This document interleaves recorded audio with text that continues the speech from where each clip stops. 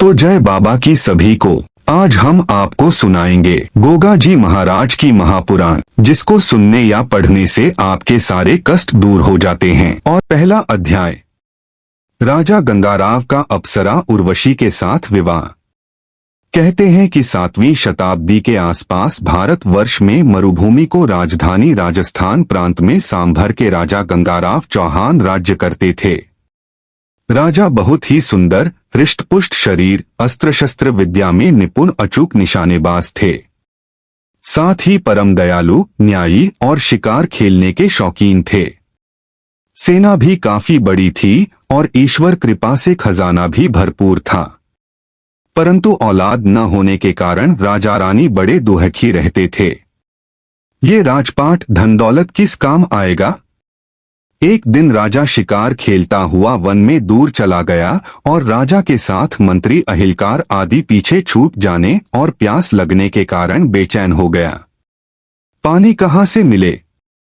राजा ने चारों तरफ नजर घुमाई तो सिवा वन और पेड़ पौधों के कुछ दिखाई न दिया। राजा गंगाराव ने निराश होकर ऊपर की तरफ निगाह उठाकर कहा, हे प्रभु, तेरा ही आसरा है। इतना कहते ही राजा क्या देखता है कि बहुत सारे पक्षी एक जगह ही इकट्ठे आकाश में मंडरा रहे हैं। पक्षियों को उड़ता देखकर राजा गंगाराव को ढाढ़स बंधी कि जहां ये पक्षी मंडरा रहे हैं वहां पानी अवश्य होना चाहिए। ऐसा विचार मन में उठते ही राजा गंगाराव ने उसी तरफ अपना घोड़ा बढ़ा दिया और चंद घड़ियों में अपने लक्ष्य के पास जा पहुंचा। राजा गंगाराव क्या देखता है कि एक सुंदर सरोवर बना है।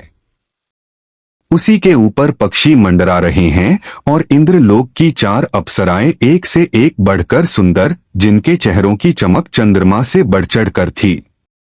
जवानी में दीवानी एक दूसरे के मुंह पर छींटे मार रही हैं और हंसनी के समान हंस हंसकर दुहरी हो रही हैं। उनके कपड़े पास ही सरोवर के निकट धरे थे।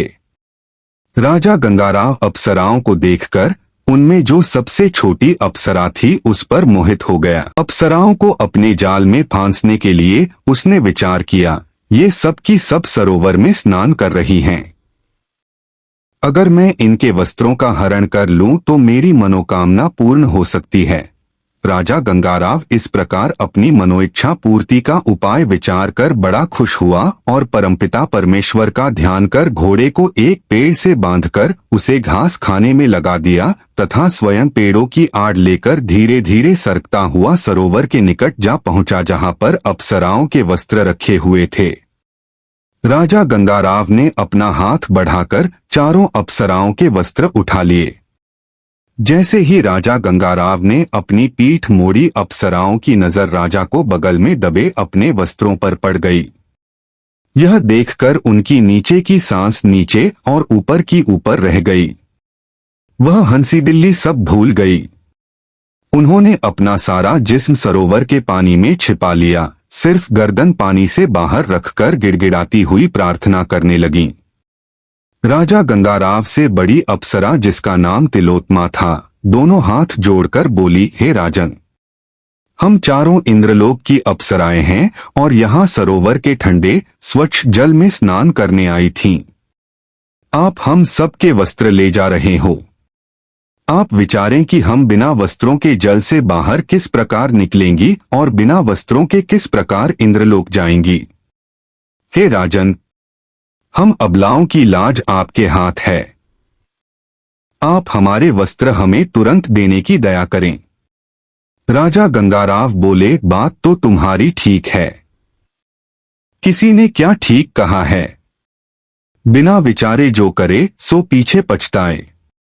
काम बिगाड़े आपनो, जग में होत हंसाए। सोहे अप्सराओं की रानी, गिड़गिड़ाने से काम नहीं चलता। अगर गिड़गिड़ाने से ही काम बन जाता तो मैं भी अपनी मनोकामना पूरी कर लेता। वस्त्र हरण करने की जरूरत ही मुझे क्यों पड़ती।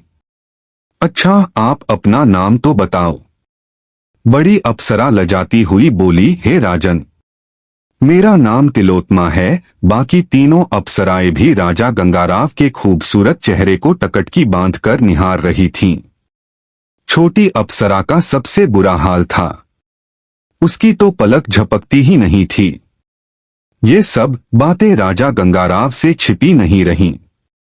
अप्सरा के मुंह से तिलोत्मा नाम सुनकर राजा गंगाराव बोले, तुम्हारी बोली बड़ी प्यारी है और तुम ही इन सब की रानी मालूम होती हो। मैंने सुना है कि इंद्रलोक की अप्सराएं नाचने गाने में बड़ी निपुण होती हैं। क्या ये बात ठीक है?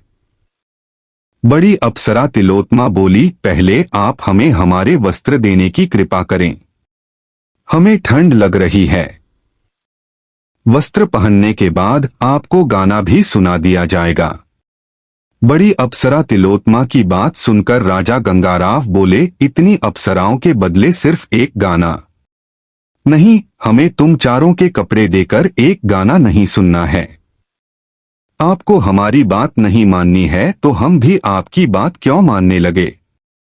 अगर तुम्हें अपने वस्त्र लेकर अपनी लाज बचानी होती और ठंड से बचना होता तो हमारी बात मानकर फैसला कर लेती। गाना क्या हमें नहीं आता? आप जैसा भी राग सुनना चाहें और जितनी तरह का, मैं तुम्हें सुना सकता हूँ। अच्छा, जब हमारा तुम्हारा कोई फैसला होता नजर नहीं आता तो मैं चलता हूँ। राजा गंगाराव की बातें सुनकर चारों अप्सराओं को कंपकंपी आ गई। उनकी आंखों के आगे अंधेरा छा गया। वे चारों ही गिड़गिड़ाकर एक साथ बोलीं, कृपा कर हमें बताएं कि हमारे वस्त्र देने में आपकी क्या शर्त है और आप हमसे क्या चाहते हैं। हमारे बस की जो भी बात होगी हम सब वायदा करती हैं कि उसे जरूर मान लेंगी। अप्सराओं की घबराहट देखकर राजा गंगाराव बोले, आपने वायदा किया है कि आप मेरी शर्त मान लेंगी तो मैं आपको बताने में हर्ज नहीं समझता। मैं आपसे सिर्फ ये चाहता हूँ कि आप में जो ये सबसे छोटी अप्सरा है, इनकी कजरारी आंखों ने मेरे हृदय को छलनी कर दिया है। मैं चाहता हूँ कि एक तो इनका नाम मुझे बताया जाए, दूसरे मैं इनके साथ शादी करके इन्हें अपनी महारानी बनाना चाहता हूँ। मेरी सिर्फ ये ही इच्छा है। अगर आप मेरी मनोकामना को पूरी कर दें तो मुझे आप लोगों के वस्त्र देने से कतई इनकार नहीं है। राजा गंगाराव की बात सुनकर बड़ी अप्सरा तिलोत्मा बोली, हे राजन, ये जो सबसे छोटी अप्सरा है इसका उर्वशी उर्वशी है और ये नाचने में कमाल करती है। ये सारे इंद्रलोक की शान है। इसे हम आपके पास छोड़ जाए तो राजा इंद्र हमें जिंदा ही जमीन में गड़वा देंगे। हाँ, हम तीनों में से आप जिसे कहें वो आपके पास रुक जाए। इसे तो आप हमारे साथ चलकर और अपना गाना सुनाकर राजा इंद्र को खुश करके ही उनसे मांगकर ला सकते हैं। अप्सरा तिलोत्मा की बात सुनकर राजा गंगाराव ने चारों अप्सराओं को कसम धर्म उठाने के बाद स्वर्गलोक में उनके साथ जाने की उनकी उपर्युक्त शर्त मान ली और चारों अप्सराओं के वस्त्र उनके सुपुर्द कर दिए, जिन्हें उन्होंने राजा के मुंह फेर लेने पर एक दूसरे की ओट करके होशियारी से अपने अपने वस्त्र पहन लिए। चारों ने अपने उड़न खटोले पर बैठकर अपने वचन के अनुसार राजा को भी अपने साथ में बिठा लिया। राजा गंगाराव की खुशी का ठिकाना नहीं था। वह अपनी तकदीर को देख परमात्मा का धन्यवाद करके प्रार्थना करने लगा कि हे दीन बंधु, जहाँ इतनी दया की है कि जीते जी स्वर्गलोक जा रहा हूँ, वहाँ इतनी दया और करुणा की स्वर्गलोक का राजा इंद्र मेरा गाना सुनकर प्रसन्न हो जाए और इस अप्सरा उर्वशी को मेरी रानी बनने को मेरे सुपुर्द कर दे। इसी तरह राजा गंगाराव विचारमग्न उड़न खटोले में बैठा जा रहा था कि स्वर्गलोक के सुंदर दरवाजे पर जाकर उड़न खटोला रुका। चारों अप्सराओं और राजा गंगाराव को उतारकर उड़न खटोला अपने स्थान पर खूंटी पर जाकर टंग गया। अप्सराओं ने राजा गंगाराव को गवैये का भेष बनवाकर और स्वयं चारों नाचने वाली का भेष बना श्रृंगार कर राजा इंद्र के सभाभवन के भीतर पहुंची। राजा इंद्र इन चारों को देखते ही बहुत प्रसन्न हुआ और नृत्य करने का आदेश दे दिया। चारों अप्सराओं ने भी राजा इंद्र की आज्ञा सुनते ही अपने जिस्म को लचकलचक कर नाचना शुरू कर दिया। चारों अप्सराएं ऐसी नाची कि सारी इंद्र सभा मोहित हो गई। कोई नाच देखने वाला ये ही अंदाज नहीं लगा पाया कि ये चारों अप्सराएं स्वर्गलोक की धरती पर नाच रही हैं या धरती के ऊपर अधर में। राजा गंगाराव ने भी गाने में कमाल ही कर दिया। उन्होंने अप्सराओं के नाच के अनुसार ही तराना गाया। राजा गंगाराव के सुरीले कंठ से तराने को सुनकर सारी इंद्र सभा मोहित हो गई। स्वर्गलोक में चारों तरफ से वाह वाह की आवाजें गूंजने लगीं। जब नाच गाना बंद हो गया तब राजा इंद्र ने नाचने वालियों को इनाम देने के बाद गवैये को बुलाकर राजा गंगाराव से कहा, हम तुम्हारा गाना सुनकर बेहद खुश हुए। बोलो तुम्हें क्या इनाम दिया जाए। स्वर्ग के राजा इंद्र के मुख से इनाम की बात सुनकर राजा गंगाराव बड़े प्रसन्न हुए और अपने दोनों हाथ जोड़कर बोले, आपको देवता की पदवी लोगों ने इसलिए दे रखी है कि आप सारे संसार को खुशियां ही बांटते रहते हैं। हवा, पानी, धूप, छाया आदि आप ही की दी हुई जीवन क्रियाएं हैं और आप देवताओं का दिया हुआ सब कुछ मेरे पास है। फिर भी आपके भरे भंडार से जब खाली हाथ कोई जाता ही नहीं तो मैं ही क्यों निराश जाऊं। आपने भरी सभा में मन इच्छित वस्तु मांगने की मुझे आज्ञा दी है। सो मेरी इच्छा है कि ये जो सबसे छोटी अप्सरा उर्वशी है, इसने मेरा मन मोह लिया है, सो आप उर्वशी को मुझे देने की कृपा करें। मैं इन्हें महारानी के पद पर आसीन करूंगा। मैं बागड़ देश के सांभर प्रांत का राजा गंगाराव हूँ। राजा गंगाराव की बात सुनकर राजा इंद्र के पैरों तले की धरती हिल गई। उन्हें बेहद अफसोस हुआ कि इस राजधानी नरेश ने स्वर्ग की जो अपार शोभा है उसी उर्वशी को मांगा है।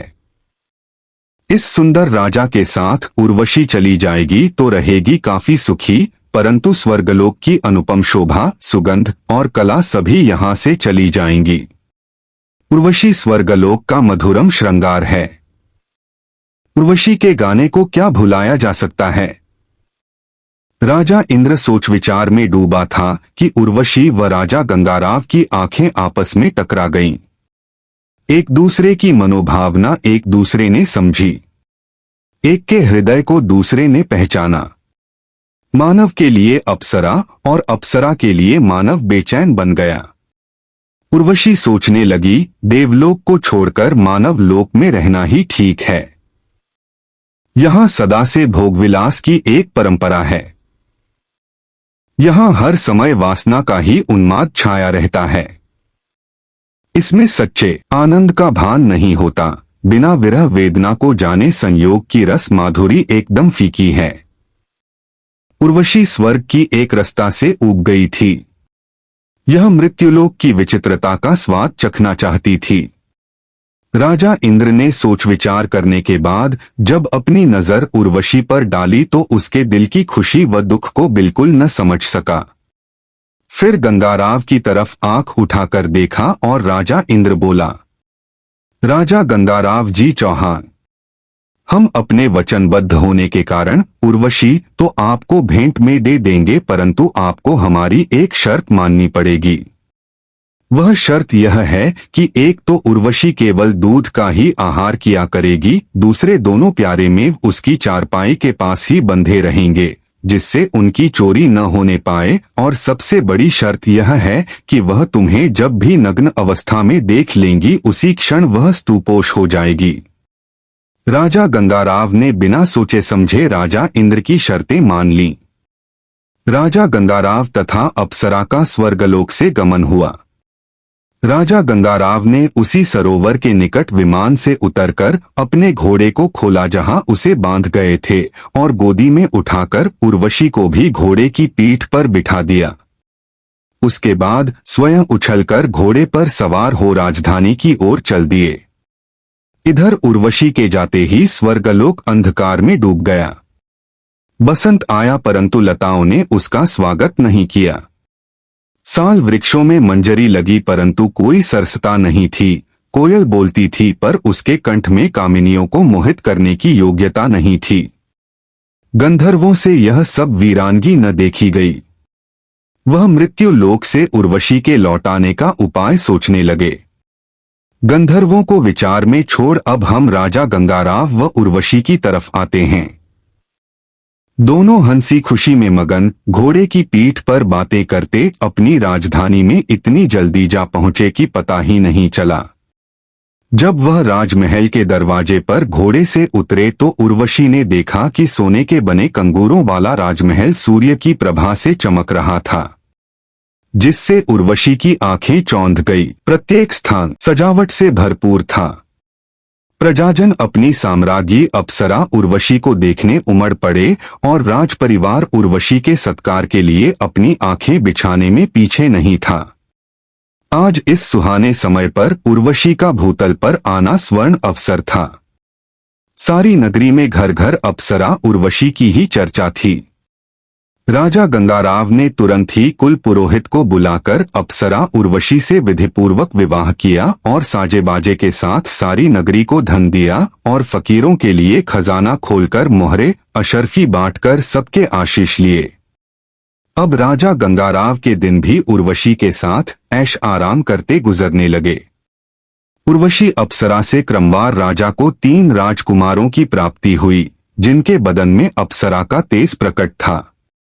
काफी दिनों से स्वर्गलोक के गंधर्व उर्वशी को स्वर्गलोक में लाना चाहते थे। एक दिन मध्य रात्रि को मौका देखकर गंधर्व लोग एक मेष को चुराकर स्वर्ग में ले गए।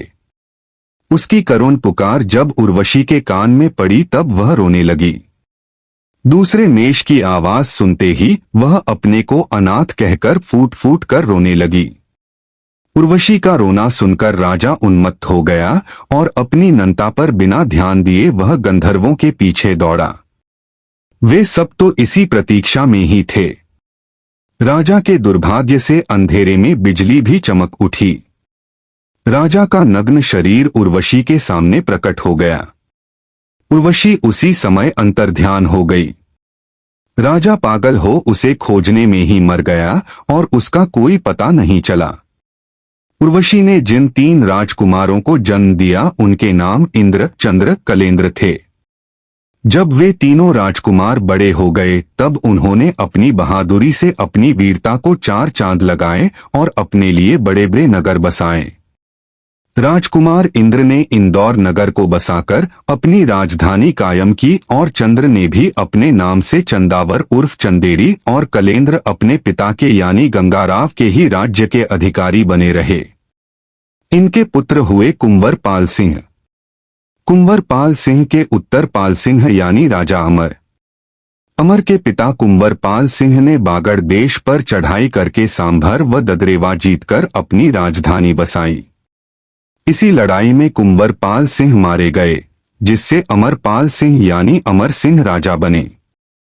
इनकी रानी ने 3 संतानों को जन्म दिया, जिनमें 2 लड़के जिनका लाड़ नाम जेवर व नेवर रखा गया। इनके असली नाम बड़े बेटे का जेवर सिंह, जोरावर सिंह और छोटे बेटे का नेवर सिंह तथा बेटी का नाम छबीलेदे था। यूं तो राजस्थान प्रांत सदा से ही वीर भूमि रहा है। इसकी वीरता की दोस्ती की तो बात ही क्या, दुश्मनों ने भी प्रशंसा की है। तो यहाँ पर ही पहला अध्याय खत्म होता है। जय श्री गोगाजी महाराज। ऐसी ही वीडियो देखने के लिए हमारे YouTube चैनल को लाइक, शेयर, सब्सक्राइब जरूर करें।